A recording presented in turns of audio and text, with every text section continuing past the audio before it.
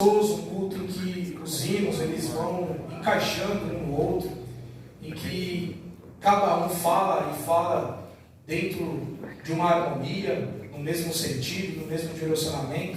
Isso é muito bom. Significa que o Espírito do Senhor está trabalhando de verdade no Senhor.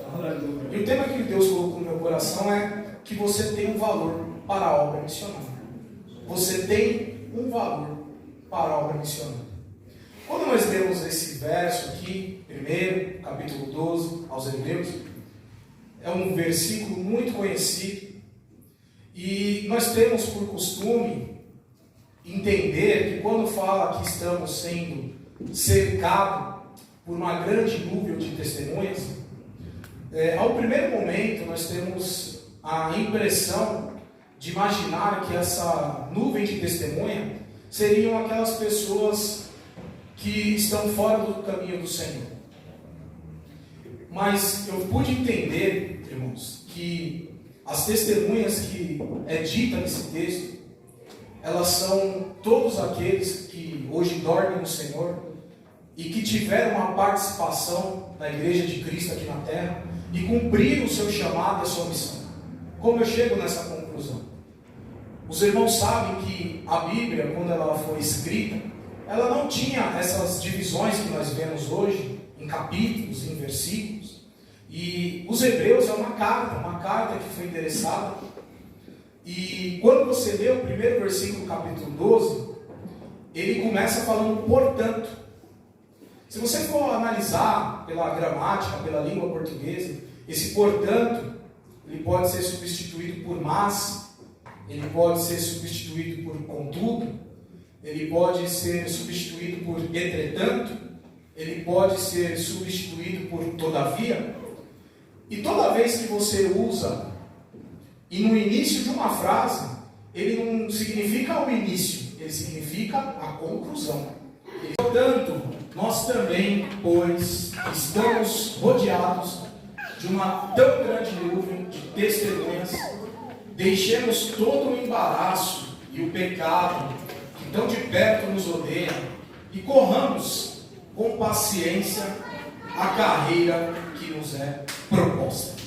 Jesus, ele mandava arrancar a lã das ovelhas, a pele da ovelha, e mandava costurar literalmente na carne dos cristãos, para que quando jogassem aqueles servos do Senhor na arena para dar aos leões, aquele cheiro de ovelha atraísse aqueles animais para devorar os crentes. Então, quando o texto fala que nós estamos cercados por uma grande nuvem de testemunha, e a palavra aqui no seu original é de mártires, pessoas que deram a vida pela sua causa, pessoas que deram a vida pela sua missão, o escritor ele está chamando a responsabilidade de que nós temos algo a ser feito. Porque essas pessoas, um dia, quem sabe, irão participar do nosso julgamento. Oxalá que todos nós venhamos a alcançar a salvação. Um dia cada um de nós, perante o Senhor, participaremos de um tribunal, agora é chamado Tribunal de Cristo, aonde será pesado o que foi feito de nossas obras e receberemos o que? O galardão. E essas aqui são as testemunhas do nosso julgamento. Aí eu te pergunto, o que nós estamos fazendo? Quais são as nossas obras? Esse é o ponto. Porque um culto missionário ele é um culto sim de uma reflexão. O culto missionário é um culto sim que nós devemos conscientizar acerca da contribuição, acerca da oração. Mas é um culto que nós temos que se conscientizar acerca de qual é o meu papel nisso tudo. Aonde eu me enquadro, onde eu me encaixo. Porque a obra missionária, ela não é só a obra transcultural daquela pessoa que é enviada para outro país. A obra missionária é o que se faz aqui, por exemplo. A obra missionária é o que você foi chamado para fazer. E dentro disso, eu queria jogar uma pergunta para você orar a Deus, uma pergunta para você pensar ao longo dessa semana. Qual é a sua missão? E quando você vai pegar lá o dicionarista da língua portuguesa e você vai ver lá missão é serviço incumbido. Missão é ordem delegada. Isso é missão. Missão é tarefa autorizada. Isso é missão. E eu tenho certeza, irmãos, que a minha missão, a tua missão, não é somente para esquentar a cadeira da igreja. Aleluia, Jesus! A nossa missão é para algo. É maravilhoso. Dentro da instrumentalidade e dentro da capacitação a qual Deus nos chamou. E nós temos também o equívoco, o engano. Capítulo 3.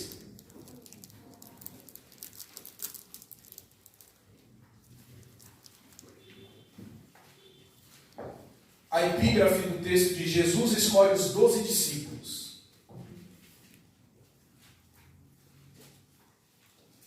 Diz assim o texto: e subiu ao monte e chamou para si os que ele quis, e vieram a ele, e nomeou 12 para que estivessem com ele e os mandasse a pregar, e para que tivessem o poder de curar as enfermidades e expulsar os demônios. Simão, a quem pôs o nome de Pedro, Tiago, filho de Zebedeu, e João, irmão de Tiago, aos quais pôs o nome de Boanerges, que significa filhos do trovão, André, e Filipe, e Bartolomeu, e Mateus, e Tomé, e Tiago, filho de Alfeu, e Tadeu, e Simão, o Zelote, e Judas Iscariote, o que o traiu. Essa é a equipe de Jesus. Irmãos, eu sempre dou esse exemplo. Supondo que fôssemos passar numa multinacional, numa empresa, no RH, num departamento pessoal, você naturalmente tem que enviar o seu currículo.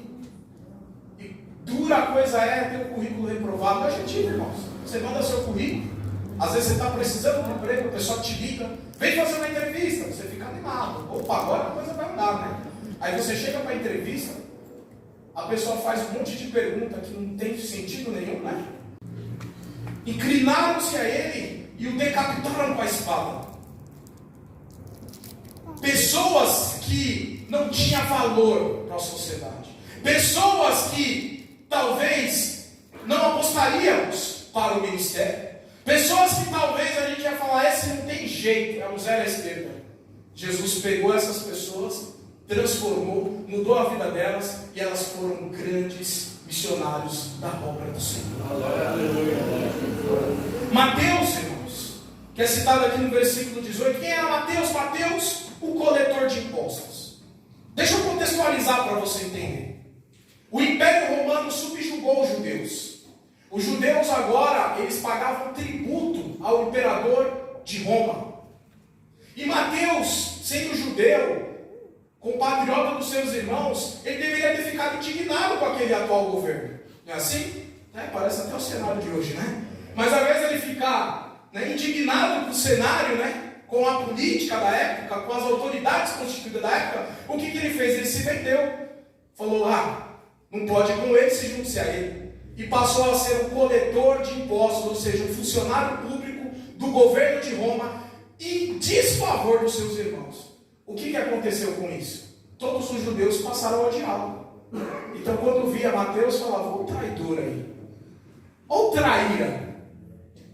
E aí eu fico imaginando Jesus, Vem, Mateus, segue-me. E Jesus já deveria estar pelo menos com Pedro, André, Tiago e João, pelo menos esses 4 que foram os primeiros. Aí eu acho que Pedro é impossível, deve ter falado, Jesus, você está de brincadeira, Esse camarada aí, esse traidor vai vir com nós? Vai vir com nós. E olha que interessante, irmãos. Quando você pega os evangelhos, o primeiro evangelho que está aqui, o evangelho segundo escreveu Mateus.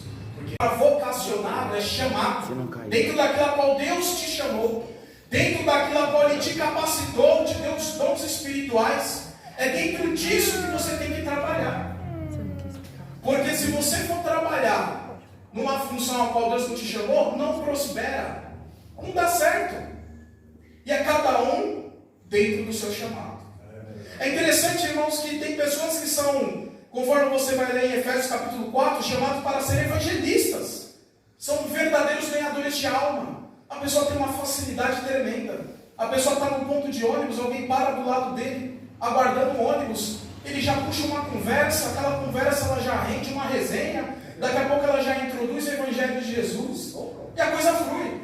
Essa pessoa naturalmente ela tem uma vocação, ela tem uma facilidade, ela tem uma chamada. E eu não estou isentando aos demais de não pregar a palavra. Todos nós temos essa função, porque o ID é para todos. Porém, alguns já parece que a capacitação já vem de fábrica.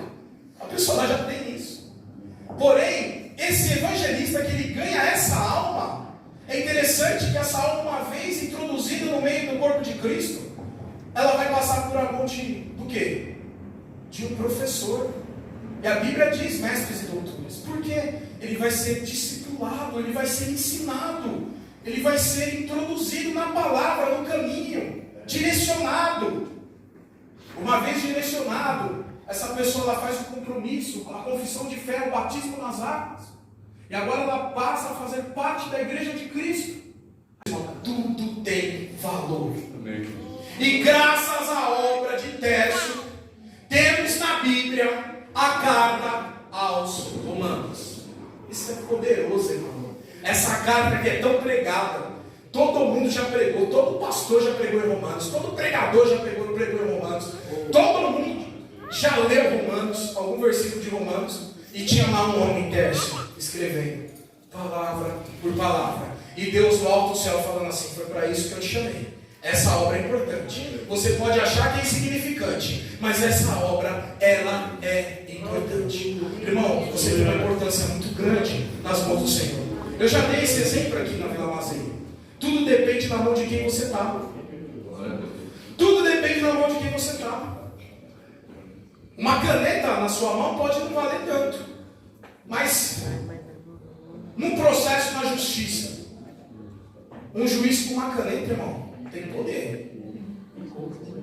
Ele pode mandar prender e mandar soltar. Um bisturi na minha mão não vai servir para muita coisa. Um bisturi na mão de um cirurgião médico tem poder. Com aquele bisturi ele pode arrancar um câncer de uma pessoa e uma pessoa ser salva. Tem poder. E aí eu pensando nisso um dia, Deus falou no meu coração: e você nas minhas mãos? Aleluia. Aí eu quero transferir essa pergunta para você: e você na mão de Deus? Irmão, nós somos os instrumentos. Por mais que você fale, eu não tenho valor, eu sou o menor da casa do Senhor, eu sou pequenininho, o Senhor está falando, você entendeu tudo errado. Você é um instrumento e na minha mão eu posso fazer grandes coisas. Amém? Tirando aquilo, você não vê nada. Você não vê Jesus desabonar em nada. Você não vê Jesus dar uma repreensão a ele. Ele tinha a confiança dos demais. Ele tinha a bolsa com as ofertas. Ele que cuidava do dinheiro do ministério de Jesus. Está entendendo aí? E ele foi o traidor. O que nós aprendemos, irmãos? Deus ele não está procurando os perfeitos, porque os perfeitos não servem. Ele está procurando justamente os imperfeitos, porque Ele quer transformar a sua vida, porque Ele sabe que com a tua vida transformada você vai até o final. Gemendo e chorando, você vai até o fim. Eu queria também, irmão, chamar a atenção também do seguinte: nós falamos muito de Paulo apóstolo. Bem resumido, eu quero falar isso aqui. Que Paulo foi o maior missionário depois de Jesus Cristo. De certa forma está correto. Mas você tem que pensar o seguinte: presta atenção no ministério de Paulo. Paulo, ele era o maior matador de crente que tinha na época. Ele pegava cartas do Sinédrio. O Sinédrio era os 70 juízes que ficavam em Jerusalém. Era a terceira instância do poder judiciário dos judeus. E essas cartas eram como se fosse mandado de prisão. Então ele tinha poder de ir com uma escolta armada, prender os crentes, e aqueles que não se sujeitassem poderia matá-los. Esse era Paulo. Essa era a missão de Paulo. Paulo, a Bíblia diz que quando Estevão estava sendo apedrejado, Paulo estava junto com a multidão e consentia com a morte de Estevão. Esse era Paulo, irmãos. Homem duro. Olhando Estevão sendo apedrejado, falando: é isso mesmo. Irmãos, a Bíblia não diz, mas eu não duvido que ele também pegou uma pedra e atacou também. Esse era Paulo. Aí quando Paulo ele se converte, irmãos, que ele tem um encontro com Jesus, como é que ele vai ser introduzido na igreja? Glória a Deus. Você parou para pensar nisso? Ele só ia chegar lá, num culto, né? A igreja ia cantar visita, vai ser muito usado. Através dele, ó, Evangelho segundo escreveu, Deus veio. Nós só vemos agora. Às vezes a gente olha para as pessoas e não quer dar valor. Aí o Espírito Santo puxa a nossa orelha e fala: dê valor, porque eu dei valor, eu amo ele. Eu amo ela. É precioso, é importante, faz parte da consegue ver, irmãos, a gente vê o micro, Deus vê o macro, Deus vê tudo, irmão. As pessoas que a gente quer desprezar, Deus não despreza não, irmão. Deus, Ele chamou a cada um de nós, a cada um de nós Ele delegou uma missão. Você é importante, irmãos. Você é importante. Eu quero terminar, irmãos. Eu quero ler aqui Romanos 16, 22. Só para fechar um raciocínio com você nessa noite, irmãos. Romanos 16, 22. Olha que preciosidade, algo importante para nós. Romanos 16, 22 diz assim: Eu, Tércio, que esta carta escrevi, vos saúdo no Senhor. Amém? Mas eu não entendi, eu vou explicar. Essa carta que é de Paulo aos Romanos, não foi Paulo que escreveu. Foi Paulo que escreveu. Quem escreveu foi esse obreiro chamado Tércio. E aí eu fiquei pensando, Jesus, ninguém fala de Tércio, né? Mas para Jesus era importante. Pegou a visão aí, irmão? Tércio foi escolhido por Deus para uma missão específica. E Deus manda eu declarar sobre a sua vida nessa noite. Você foi escolhido para uma missão específica. Que eu não entendo. Talvez a pessoa à sua direita não entende. Talvez a pessoa à sua esquerda não entende. Mas Deus escolheu você para algo específico. Barnabé. Mas sem você não tem Paulo. Aleluia. Deus está falando com você. Aleluia. Sem você não tem Paulo, irmão. Porque a pessoa ela vem atrapalhada mesmo. E aí você é o Barnabé. Vem cá, você dá amor, você abraça, você ajuda. E aquele atrapalhado vai ser Paulo. Mas lá no dia do galardão, quando for dar galardão para Paulo, chama Barnabé também. Aleluia, porque não tem Paulo sem Barnabé. Oh, aleluias. Glória. E aí ele pulou a Pedro e o enviou a Pedro. E é interessante, irmãos, que esse Pedro, que pela ótica humana não serviria para muita coisa, após o evento do Pentecostes foi lido nessa noite, Atos capítulo 2, você vai observar que ele, cheio do Espírito Santo, ele pregou e 3.000 almas agregou-se à igreja. Irmãos, eu não sei se eu consigo expressar o que Deus colocou no meu coração nessa noite, mas o que eu estou tentando dizer para você, que Deus pega as coisas loucas deste mundo, como disse Paulo apóstolo, para confundir as sábias. Deus pega as coisas vis e desprezíveis deste mundo para falar, não, é essa que eu quero usar. Porque com pequenas pessoas, Deus fez obras extraordinárias. E nessa noite o que o Espírito Santo está falando para você é, você tem um valor precioso para a minha obra. Irmãos, as pessoas às vezes podem olhar para você, para mim e falar, isso aí não tem valor, isso não serve para nada. Mas Jesus viu valor na sua vida. Você tem valor. O outro que é citado aqui, no verso 17, Tiago, filho de Zebedeu, e João, a qual deu o nome de filhos do trovão. Por que filhos do trovão? Porque aqui está falando do temperamento que eles tinham. Temperamento difícil. Ao ponto do próprio Jesus, de uma maneira até para criar um vínculo entre eles, né? Digamos assim, a intimidade entre eles, falou, olha, vocês são filhos de trovão. Eu creio que Jesus deve ter falado até de uma forma carinhosa e brincalhona, né? Olhou para os dois assim, vocês são filhos de trovão, viu? Tipo assim, seus temperamentos aí. Limitação, irmão, todos têm limitação. Moisés falou assim, eu sou pesado de língua. Jeremias falou, eu sou apenas uma criança. Isaías falou assim, meus lábios são impuros. E Deus falou, mas eu estou carimbando o teu ministério. Eu estou carimbando o teu ministério. Eu estou carimbando o teu ministério. Sou eu que vou fazer a obra. Sou eu que vou diante de ti. Sou eu que vou transformar a sua vida e através da sua vida transformar outras vidas. Ele te chamou, meu irmão. E aí ele usou Moisés, ele usou Jeremias, ele usou Isaías. E eram todos homens que no primeiro momento eles falaram, eu não tenho capacidade. A sua capacidade vem do Senhor. E ainda isso, presta atenção nisso que eu vou te falar nessa noite. Se não tivesse Barnabé, você nem ouviria falar de Paulo. Simples assim. Barnabé foi o homem que recebeu Paulo. Aonde eu quero chegar, irmão? Às vezes você está aqui, congrega aqui nessa igreja e você não se dá valor. Você fala, meu papel na obra é mínimo. E às vezes Deus está lá, meu Deus, você é tudo aqui. Coloquei você para receber as pessoas. Através de você eu crio uma conexão. Através de você eu mostro o meu amor. Através de você eu acolho as pessoas. Através de você eu liberto as pessoas. E você lá se diminuindo.